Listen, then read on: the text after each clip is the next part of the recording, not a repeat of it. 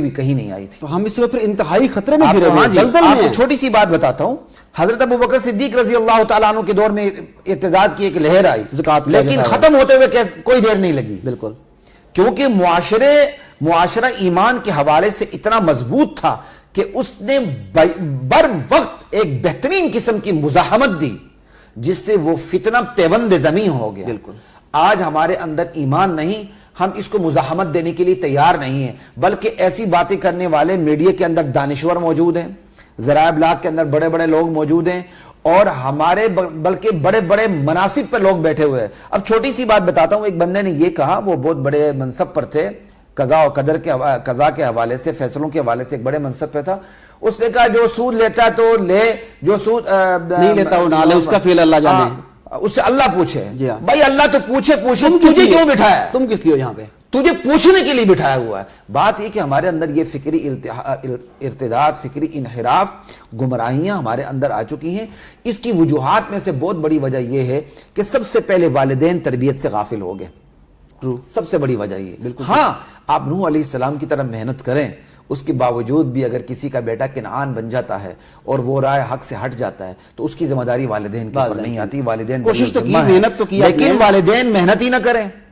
اگر بچہ بیمار ہو تو والدین کے سر میں درد شروع ہو جائے.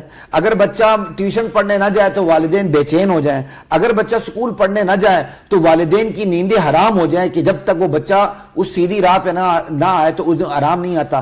وہی بچہ گناہوں کی آگ میں جلے، وہی بچہ نماز نہ پڑھے، وہی بچہ بری صحبت میں رہے، شرابیوں کے ساتھ رہے، لیکن اونچے سوشل سٹیٹس رکھنے والوں کے ساتھ رہے. والدین بڑے خوش ہوں، ہمارا بچہ کتنا اچھا ہے، دیکھیں جی بیٹا آپ نے روزے نہیں رکھنے کیونکہ آپ کے امتحانات ہو رہے ہیں. ہو گے ویسے بھی. ٹھیک ہے جی. جب ایسی باتیں ہوں گی تو پھر معاشرے کے اندر والدین کی غفلت کی وجہ سے فکری ارتداد پیدا ہوگا. ایک تو والدین کی غفلت کے بعد جب وہی بچہ درسگاہ میں قدم رکھتا ہے تو درسگاہ کے اساتذہ ماں باپ کی حیثیت رکھتے ہیں. جب ان درسگاہ کے اساتذہ کے اندر خود ہی دین نہیں ہے تو ان کو دین کیا ملے گا؟ دین نہیں ہے نہیں، بلکہ وہ بے دینی انجیکٹ کرتے ہیں اساتذہ. میں ایک مشہور یونیورسٹی میں پڑھاتا رہا ہوں، الحمدللہ بڑے اچھی عہدے پہ رہا ہوں. وہاں ایک خاتون ٹیچر نے باقاعدہ ایسی اسائنمنٹ دی اپنے بچوں کو کہ بچوں نے مجھ سے شکایت کی کہ سر ہم بیٹھ کے وہ اسائنمنٹ کر نہیں سکتے. ان کو ایک فلم دیکھنے کے لیے کہا گیا تھا، اس پر انہوں نے اپنے تیاری کرنی تھی، اسائنمنٹ تیار کرنی تھی. کہتے جی ہم بیٹھ کے دیکھ نہیں سکتے، وہ اتنی گندی. تو یہاں تو ایسی فکری گمراہی کے بیچ اساتذہ بو رہے ہیں. یہ نہیں کہ اساتذہ کے اندر دین نہیں ہے، بلکہ اساتذہ کے ذریعے لادینی مسلط کی جا رہی ہے. دو باتیں لیا گیا نا نظام، خدا نا آشنا تہذیب کو یہاں ترقی دی جا رہی ہے. تین باتیں، میڈیا کے اندر دانشور بیٹھے ہوئے ہیں جو کھلم کھلا اسلام کے خلاف بکواسات کرتے ہیں. چار باتیں، پھر ہمارے ہاں دین کے نام سے ایسے دانشور سامنے آگئے ہیں نہ جن کی وضع قطع اسلامی ہے، نہ ان کا باطن اسلامی ہے، نہ ان کا ظاہر اسلامی ہے. صرف اسلام کا نام لے کے اسلام کے حوالے سے، قرآن کے حوالے سے وہ تعویلات کرتے ہیں جو انحراف کے زمرے میں آتی ہیں اور لوگوں کو وہ دین سے دور کرتے جا رہے ہیں. یہاں تک کہا گیا کہ لڑکیوں سے مسافہ کرنے میں کوئی مذائقہ نہیں ہے، یہاں تک کہا گیا. اب یہ انحراف نہیں تو کیا ہے؟ یہ گمراہی تو نہیں تو کیا ہے؟ ٹھیک ہے نا جی. پھر ایسا بھی ہوا کہ ایک کیا کہتے ہیں بڑے مشہور پروفیسر نے، جس کو ایک ابھی یونیورسٹی سے نکال بھی دیا گیا ہے، اس نے آ کے کہا کہ بھائی یہ اتنی پابندی نہیں ہونی چاہیے، کوئی جو آپس میں جیسا تعلق رکھتا ہے ویسے رکھنا چاہیے. مضمون یہی تھا. تو شاگرد گھر چلا گیا، اس نے کہا جی میں آپ کے بچی سے ملنا چاہتا ہوں. وہ بتایا تھا آپ نے. تو یہاں تو یہ ایک تو ہمارے اساتذہ اس کے بارے میں بڑا گندا رول پلے کر رہے ہیں. اگلی بات، جو باہر کے لوگ ہیں، مستشرقین ہو گئے، اورینٹلسٹ ہو گئے، ان کا بھی ایک کردار ہے کہ انہوں نے اسلام کے بارے میں شبہات پیدا کر دیے. لوگوں کے دلوں میں شبہات پیدا کرنے کے ساتھ علماء سے عوام کو دور رکھا. علماء کے بارے میں لطیفے بنائے گئے، علماء کو بدنام کیا گیا.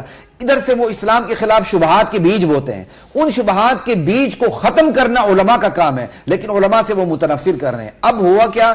عوام ان بیجوں کو لے کے اپنی فصل تیار کر رہے ہیں اور علماء سے دور ہو رہے ہیں. جب عوام اور علماء کے درمیان خلیج بھی رہے گی، اوپر سے بیج بھی بوئے جائیں گے، تو فکری ارتداد کی آگ تو ہر جگہ لگے گی، پھر اس کو بجھانا مشکل ہو جائے گا. اور اس سے اگلی بات، ہمارے نام نہاد دانشور، سو کالڈ دانشور، اسلام کے حوالے سے بھی جب مطالعہ کرتے ہیں تو کفر کی لکھی ہوئی کتابوں سے اسلام کو پڑھ کے ہمیں وہ اسلام بتاتے ہیں. جی تو تو وہ اسلام کے حوالے سے دراصل کفر بکرے ہوتے ہیں. یہ وہ میں نے جو اسباب ہے وہ والدین سے لے کر مغربی جو مصنفین ہیں جو اسلام کی خدمت کے طور پر مربوبیت ایک الگ چیز ہے. مربوبیت کے علاوہ جو انہوں نے کتاب وہ اسلام کو بھی کافروں سے سیکھتے ہیں, یعنی وہ اسلام کو بھی پادریوں سے سیکھنا چاہتے ہیں. مثال کے طور پر ہمارے ہاں بعض لوگ پی ایچ ڈی کرنے کے لیے شکاگو یونیورسٹی پہنچے ہوتے ہیں, فلان جگہ پہنچے ہوتے ہیں, اور پی ایچ ڈی کس سے کرتے ہیں؟ پادریوں سے کرتے ہیں. وہ تو شکوک و شبہات کے بیج لے کر آئیں گے آپ کے پاس, وہ کیا لے کر آئیں گے؟ تو دراصل یہ وہ وجوہات ہیں جو میں نے آپ کے سامنے رکھی فکری ارتداد کی. ان پر توجہ دینے کی ضرورت ہے, ان وجوہات کا علاج کیا جائے. اگر ان وجوہات کا علاج نہ کیا جائے تو فکری ارتداد کی بڑھتی ہوئی آپ کو روک نہیں سکتے.